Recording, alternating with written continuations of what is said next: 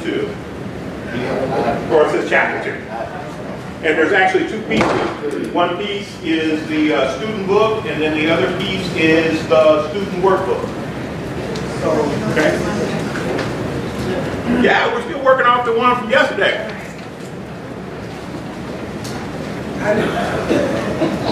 You had an assignment last night. Yeah. All right. So tonight we're going to talk about it. So listen. You know, I'm just taking my feelings. It's very difficult to do these lessons in a half hour, 45 minutes, whatever. Because to me, the main part in the lesson is the engagement, the talking, the reading the scriptures, the looking at the terms, the going through that whole process. That's why Bible study is like a lifetime thing, right? And you just can't do it. You just can't just get it all like that, right? It takes time. So I know we have 10 lessons. So you like to go through the lessons really fast. Well, the program has 10 lessons in it. We talked about just doing 3 of them, but my preference is to do one and really get something out of it, right? Just to let you know, I did ask, so we're working on, the whole thing is about talents, right? And about working. And all the modules, did I just give you guys the kind of overview of what all the modules had in them? And in terms of the scriptures, and okay, so basically with these 10 lessons, they identify different characters and they're talking about different occupations that they had, right? It talks about different works that they had. What I'm going to do is I'm going to make sure that I email you out at least the outline, and hopefully maybe, I'm hoping maybe that we might be able to go through some of these other lessons throughout the year, right? And so that, or at least we'll provide it to you.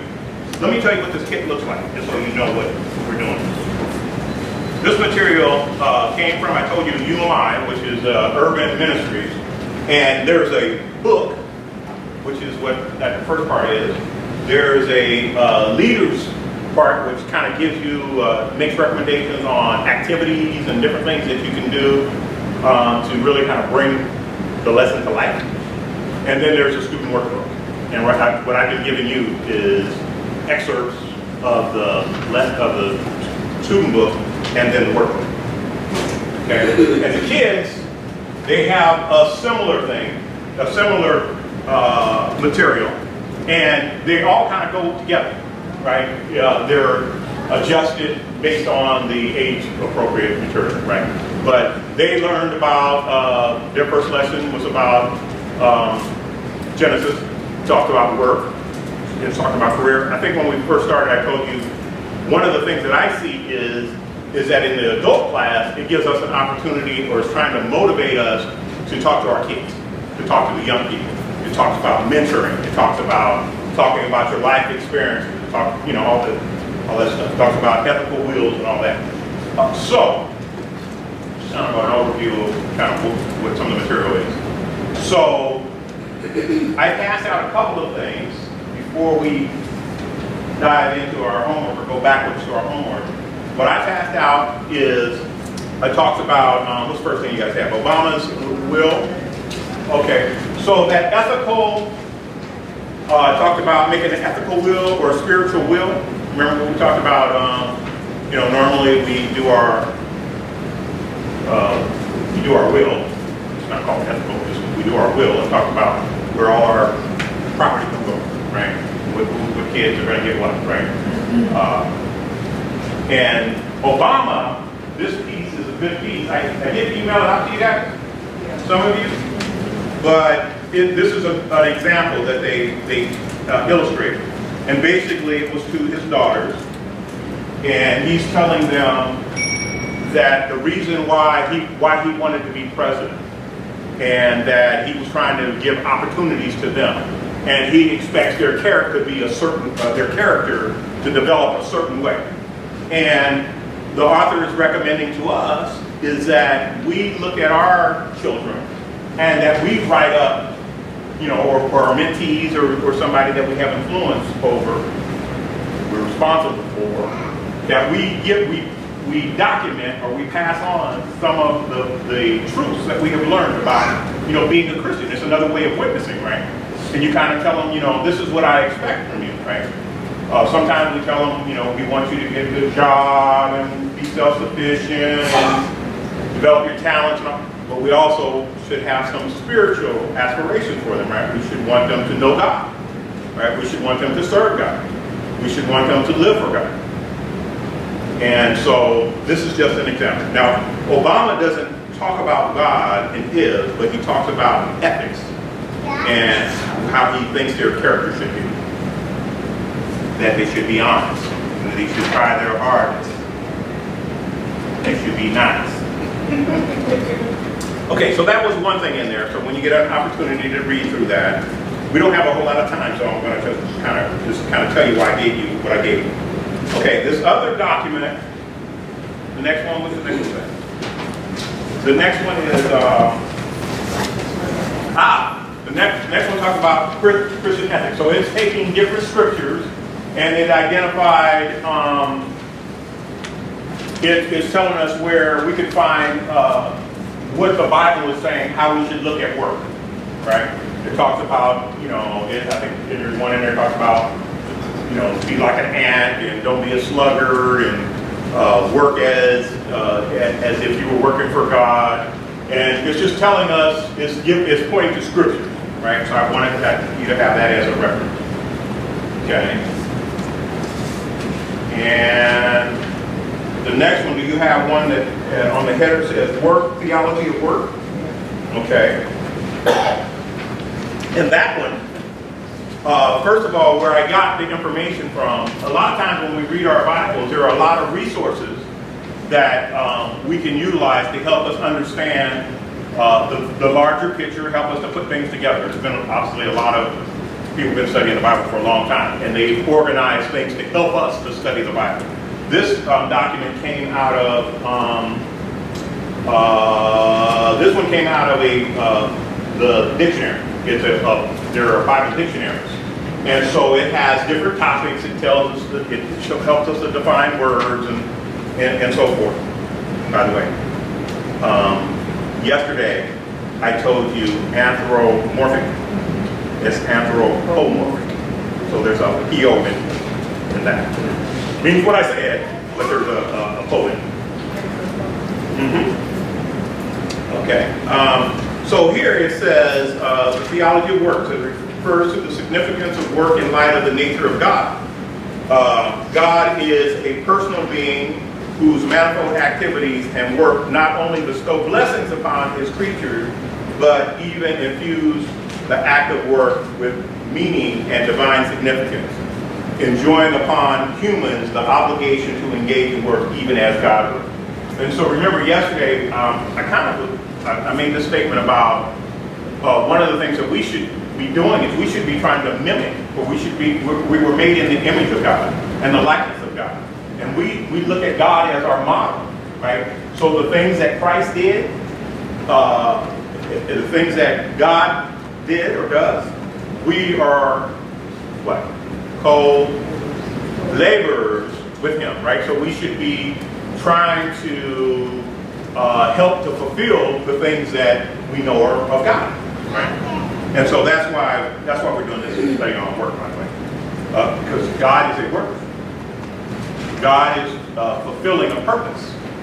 He doesn't get paid.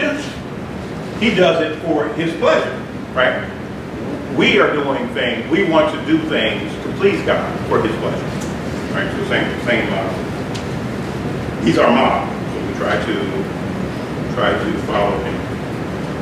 Okay, so when you get an opportunity, read through that. One of the things that it talks about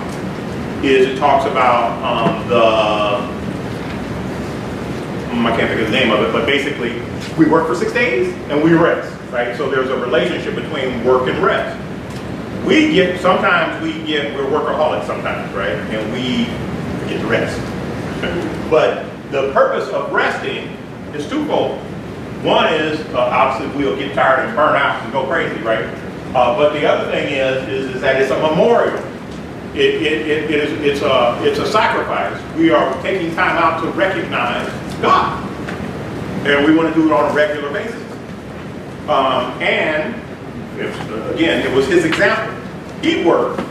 He wasn't tired, but he rested. He stopped. He paused to reflect and to enjoy, right? And that's what he wants us to do. He wants us to stop and to enjoy life. Don't just work through life, and at the end of life, be all burnt out. But stop and smell the roses, I guess. Stop and enjoy God. Right? Okay, so it talks about that. And kind of just pick out a couple things. It says that was to bring human people find themselves, work should bring humans a sense of joy, satisfaction, dignity, and respect. And it goes on to God's people are not only to put forth their best effort to accomplish their task, they are also called upon to maintain the highest moral and ethical standards. Yeah, I just pulled out a couple things. So anyway, just kind of read through that. Okay, and then the last thing I think I included should be a concordance, a piece of concordance. I don't know if so one of the things that we also recommend is that when you read the Bible, read it in multiple translations, right? Read the King James, right? Because that's the standard that most of the churches follow when you're memorizing scripture. I like to memorize the King James version. But sometimes it's difficult to understand because it's the King's language is a different language that we use. So I usually look at the New International Version, but there's a lot of different ones, whatever you feel comfortable with. But don't just read the King James Version and think that you understand the language, because sometimes they say things and they don't mean, today we use our vernaculars a little bit differently, and we say things and they actually have a different meaning from what they meant then, right? So go back and look at multiple versions. And then this is coming from the, I don't remember if this is a Strong Concordance or not. I think it's just, I don't think it's Strong's, but one of the concordances.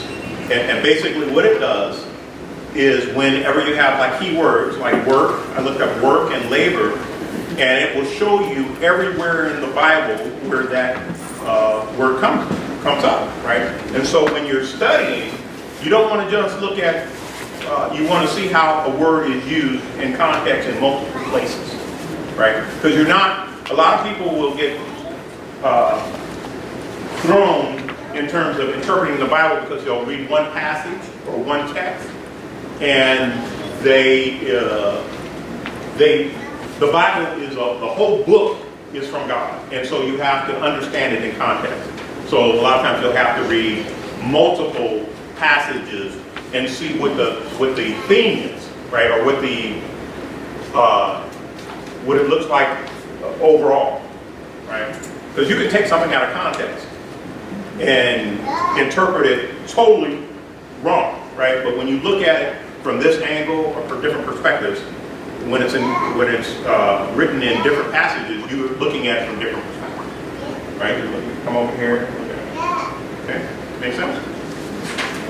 So anyway, that's why I handed you that stuff. I want to remind you to, when you're doing your own Bible study or when you're in a Bible study, to make sure you're using different resources. So that's what that was for. Okay, now let's go back to homework. What was the homework? Read 1 through 3. Did anybody get a chance to do that? Genesis 1 through 3. Okay. Student workbook, where it says God designed for work. And it starts out in number 1, it says before I go into this, I'm just going to say one more thing. So I did ask a farmer who has a local community farm to come and speak to us tomorrow. So they're going to bring a crate of fresh farm goods, fruit, vegetables, and different things. And they're going to talk about what it's like to farm and be a community farm and how they, how it relates to their faith. One of the things that's real interesting about farmers, the author mentioned this several times, about farming, it takes a lot of faith to farm. Why do you think that is?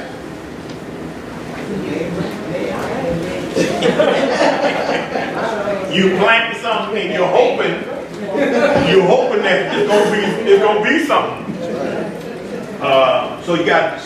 So one of the things, what's interesting is when we go through different adversity, we don't realize what it does to our character. But when you have to hope something works, usually that will make you pray, and that will make you trust. Right? You're praying and you're trusting in God that you're doing what you can. God, would you bless it? And I got faith that this is going to turn out right. Sometimes we choose, like we won't go to Africa. Sometimes we just got to be put in situations. God will put us in this situation to make our faith grow. Because sometimes we won't do it. We won't do. He got to put us in a situation for us to get closer to Him and to realize that He's what He can do, what His power is. Okay, so I'm on page 15 on this on lesson 1 in this workbook, and the question says, I don't know how many of these. Can I mark this? In reviewing Genesis 1, it says, in what ways does God regard humans differently? I think we talked about that already. My note here says that man has His image and His likeness, and he is God's masterpiece. And God actually blew His Spirit into man alone. He didn't blow His Spirit into the fish and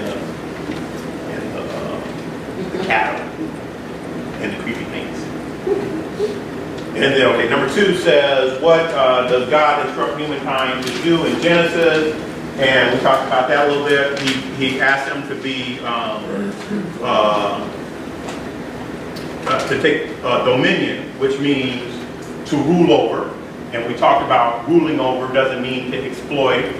It means to take care of. It means to help put things in order to fulfill its purpose and to be not fruitful.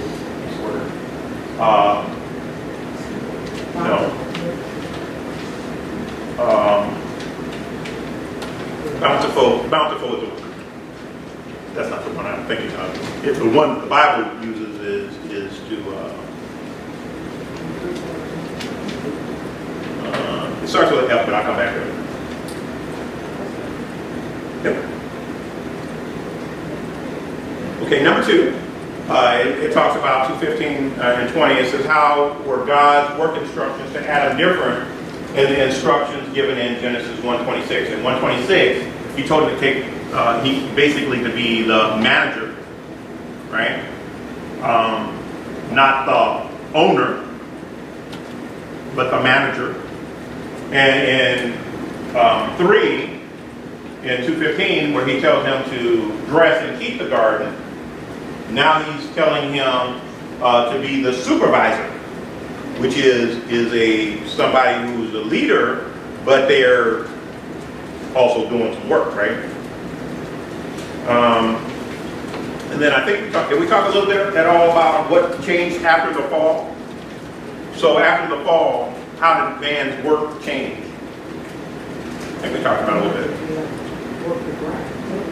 We had to till the ground. The plan was always to till the ground. Even before the fall, in paradise, we were tilling the ground.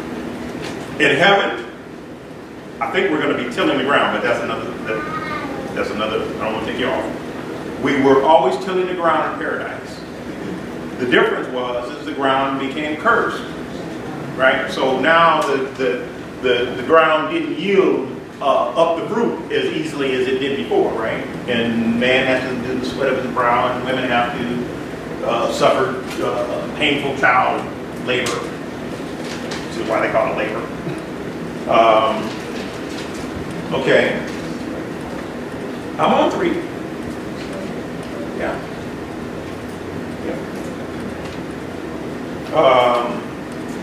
And so I said, what changed after the fall? Oh, I have, okay. Those are additional questions that I wrote. And by the way, when you're looking at these things, right? When you're going through a Bible lesson, write down questions that you have, right? I mean, it's good. I mean, basically the book, the author, he's trying to feed you stuff. But Bible study really isn't about being fed. It's about digging. So ask your own questions. Do your own, the things that the Spirit is putting on you to think about. Because you're the one that's walking this walk, right? You have to have an understanding. You have to be clear on why you're walking your walk, right? And so you're going to have your own questions. So I always write down questions, and I'm just sharing you how I think. I wrote, after the fall, I said the response was different from the creation. Before, the land would just yield a fruit, but now the soil, it gets weeds and it's difficult, right? Now, don't attack me for what I'm getting ready to say. But the response of the woman is different.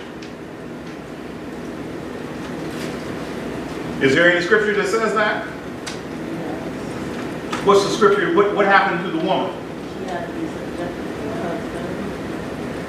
husband. You said subject to her? She had to be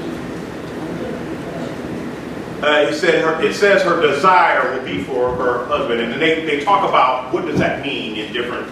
The different commentators talk about that there's a challenge to the order, right?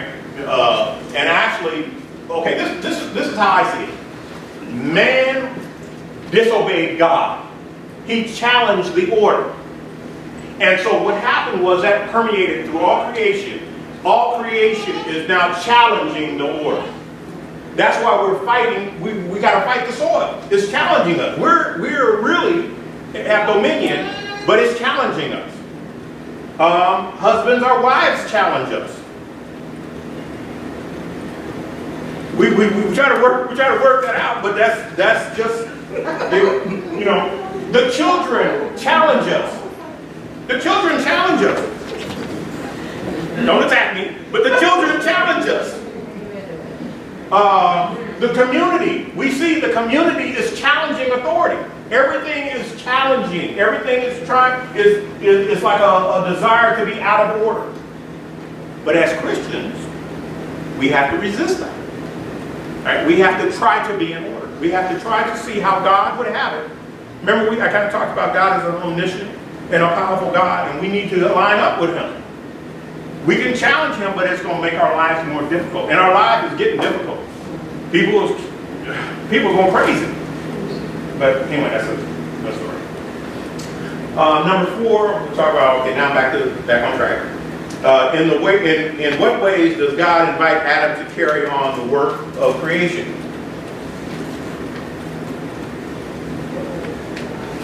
That's in the book. That's a question in the book. It says, in what way does God invite Adam to carry on the work of creation in Genesis 1 and 2?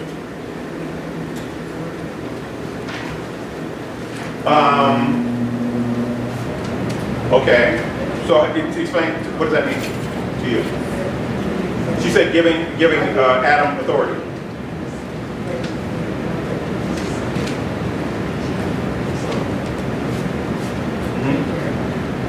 Okay, what do you guys think? Well, he's still saying it's all yours, but now you got to work for it.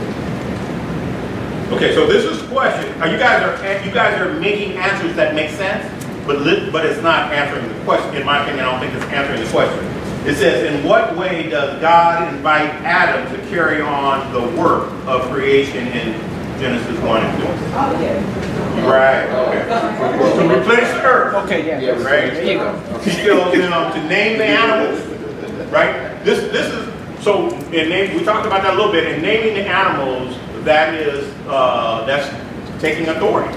You know, I'm giving you an assignment. When I name you, I'm giving you an assignment. He tells him to care for the garden, right?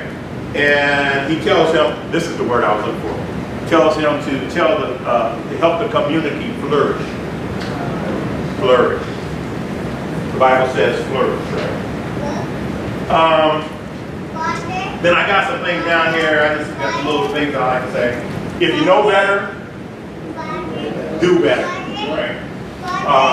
I say, look at, you got the creator, and you got the creature, you got the master, and you got the servant, and then I have down here, fellowship equals fellowship.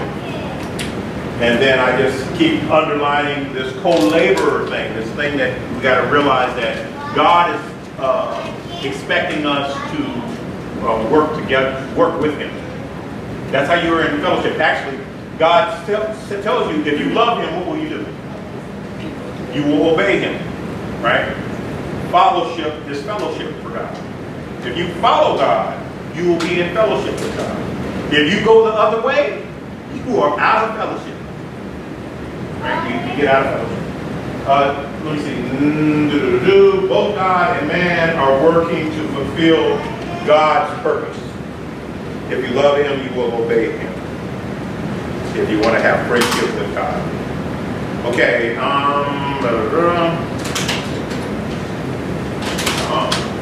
So how does being a co-laborer with God make a difference in the way that you work?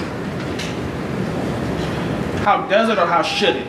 The question he asked. I'm being real now. The question he asked is, how does being a co-laborer with God make a difference in the way you work? And let me tell you what my question is, Keith. Help us understand why we should work.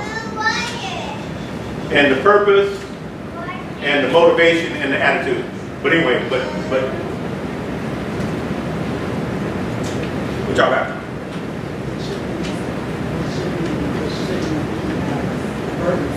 Being a co-laborer should mean that it's not as burdensome. Is that what you're saying? Okay. I'm looking at question number 2. On page 17.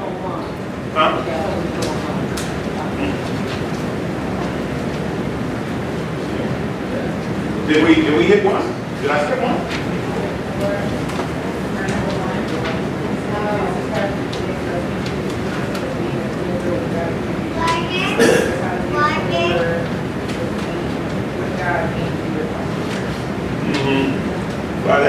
Well, I wrote down cooperation and both God and man are working together to fulfill His purpose.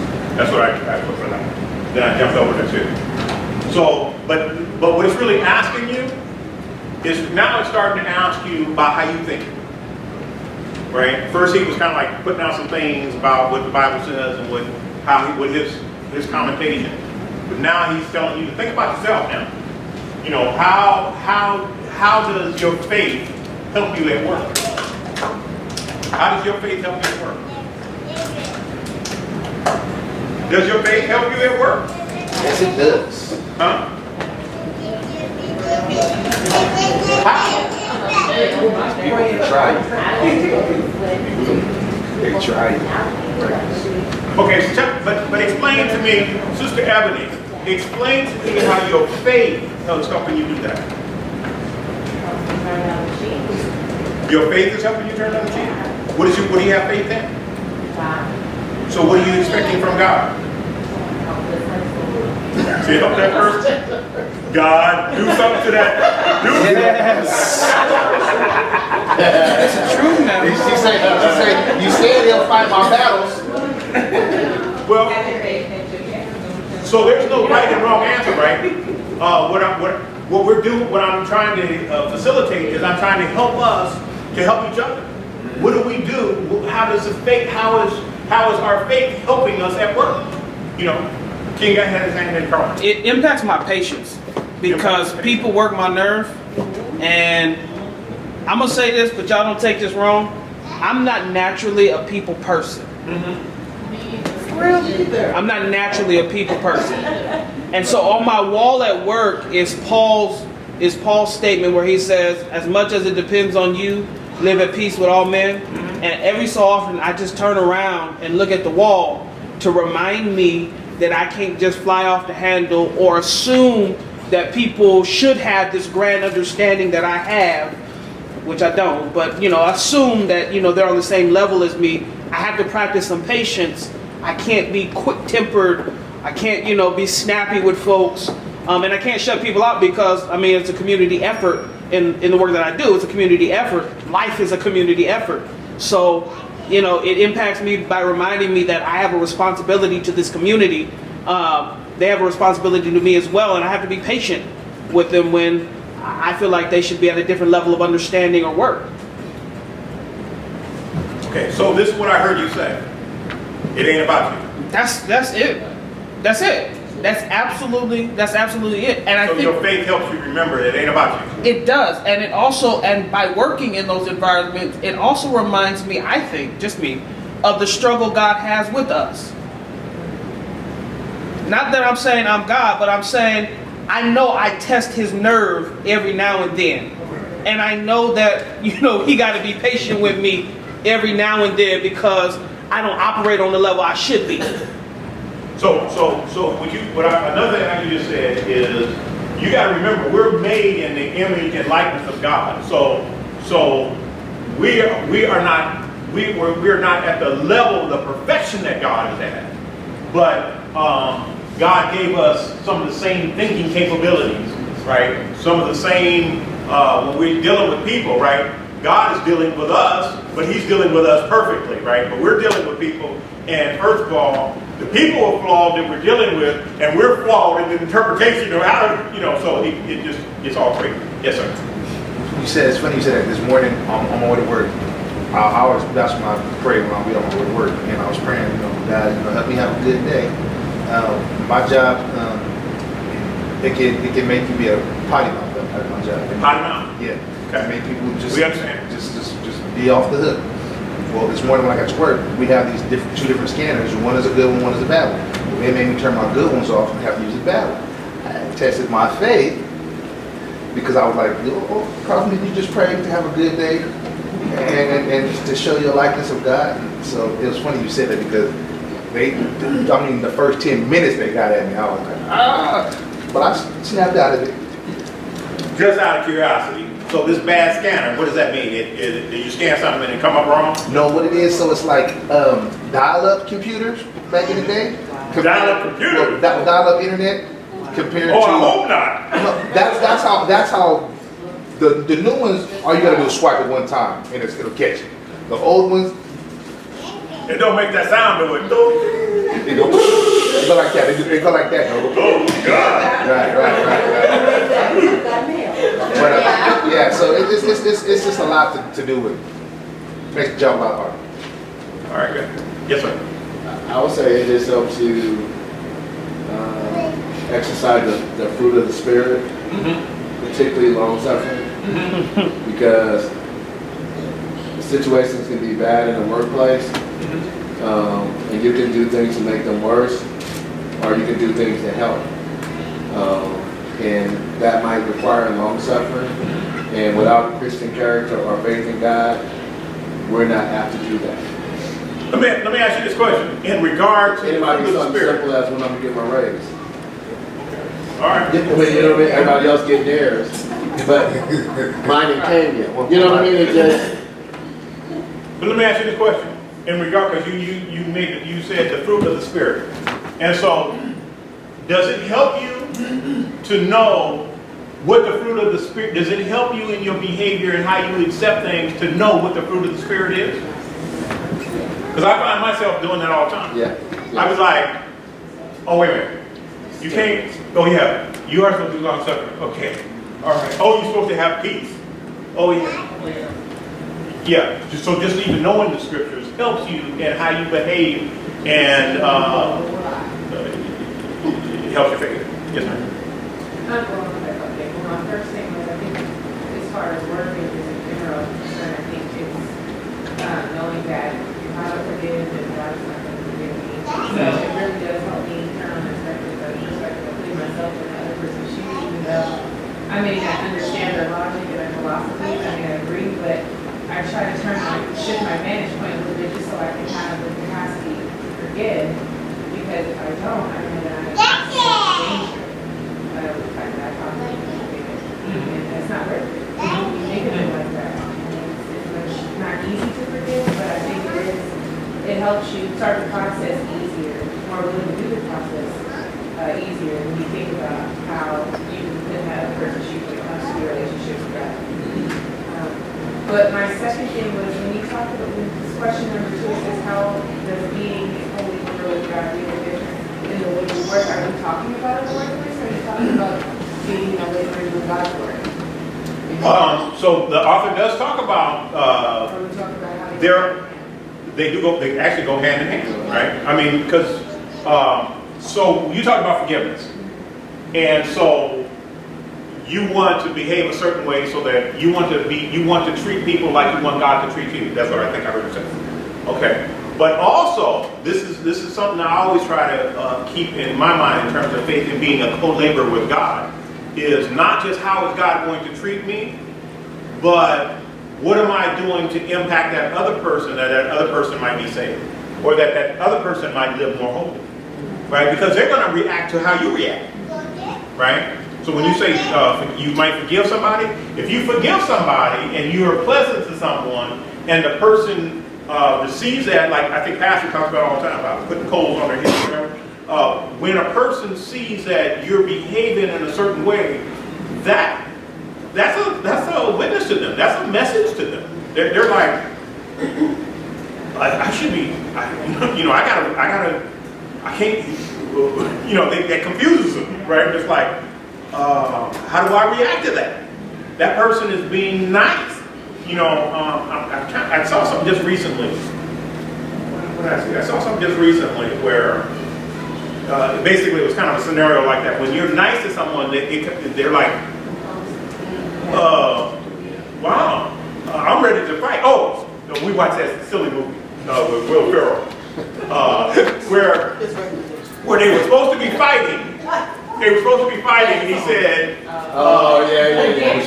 let's start dancing, right? It's like the dude wanted to fight, and they start dancing. He was like, well, what do I do? Right? Yeah, it was funny. It was funny. But think about it. A lot of times we escalate situations because we won't back down and we won't let God up front, right? We go. They said something. We go be crazier than them. Oh, you don't have everybody like Right. So very good. Anybody? One of the things I thought I heard somebody say up there, when it talks about being a co-laborer with God, are you talking about at work or doing God's work? But when I look at this, it's all His work. We can't turn on Works together when we want to be a co-laborer and when we don't want to be a co-laborer. So that means in the grocery store, at your house, in your neighborhood, on your job, in the car, everywhere we go, we're a co-laborer. And I think too often we try to turn it off and on. And if you're a real co-laborer, you can't do that. I kind of talked about that a little bit yesterday about how we want to be at church, we want to be a certain way, we go to work, we want to be a certain way, we at home, we want to be. That's not God is. You got to go all the way. You got to go all the way, all the time, everywhere, all the way. You guys can.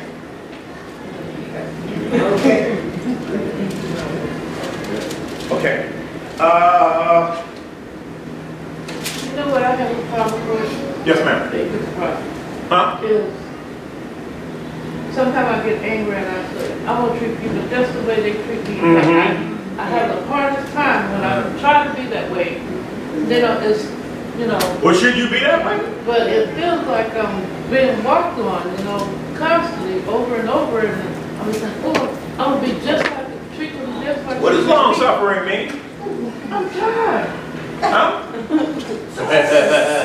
Long suffering means you're tired. Well, you know what I'm saying. You saying you're tired? Yeah, but you know, King like to talk about it all the time. Well, we all do. But when we think about what Jesus went through, Yeah, I understand that. I have often thought. but that we get tired. Actually, there's two things I want to say. One thing is coming to church and being around people that are going through the same stuff, because we all get tired. I think I get tired. I know Liz gets tired because she, you know, I know her. But we all get tired, right? But being around other people and you know that, hey, you know, I'm not doing this walk by myself. You know, you got God with you and you got your church family with you. That kind of it helps you. It helps me. Yeah, but what I'm saying is, you know, in my mind I'm saying this, and sometimes verbally I'll say it, but it's not me to be, you know, to mistreat people. You understand Right. what I'm saying? So We're not supposed to. I know I'm not supposed to. But we get tired of people mistreating us. Is that what you're saying? And you feel like it's more than I want to be that way, but I'm just scared. But we know the right, we know is our half hour up.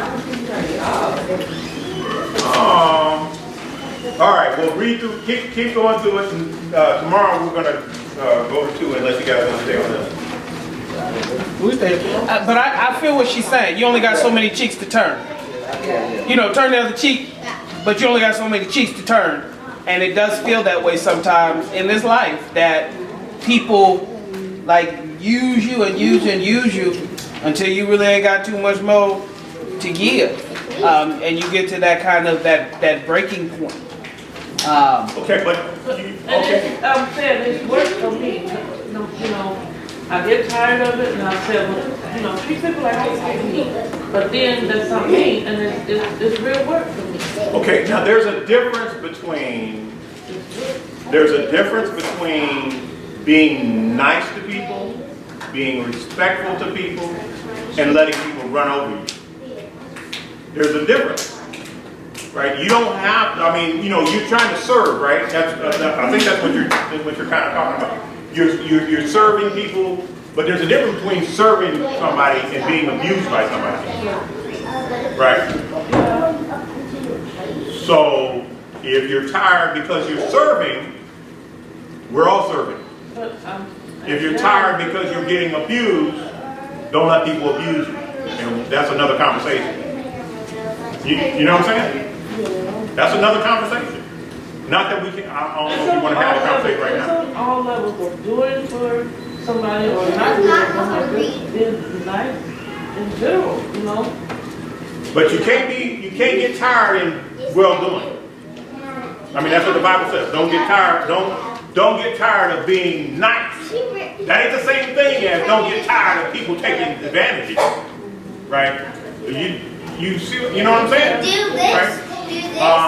And I think some people, you might be letting people take advantage of you.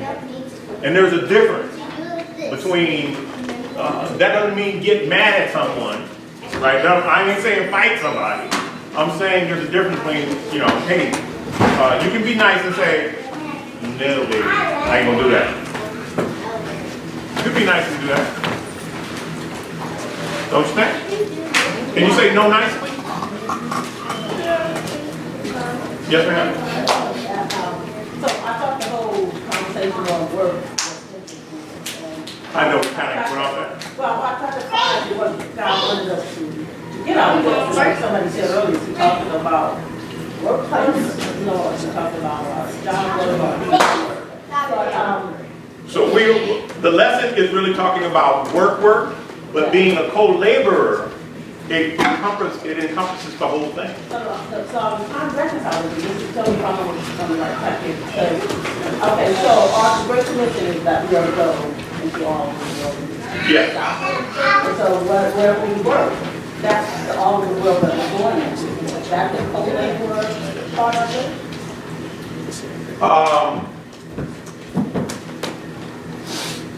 It's the whole thing. So I think you're trying to, you can't really divide. When you go to your job, yeah, you should be thinking about what would God have me do, right? When you're at the grocery store, you're still doing a form of work. Your disposition should be, how do I help, what did I say? What's the word start with, y'all? How do I help the community flourish, right? If it's smiling and telling people that the milk is on aisle 7, you know, and that's helping them, that's the work, right? But if you was working in the store, you still should have a good attitude about, you know, so it all kind of works together. We try to segment things, but when we're Christians, we got to take that everywhere we go. So everywhere is on mission field, so wherever we're working. Everywhere is a mission field. Yeah, even when we go to, and the man is paying you, it's still your mission field. But I know I'm past time. No, it's So, I'm going to sit down. Bless y'all.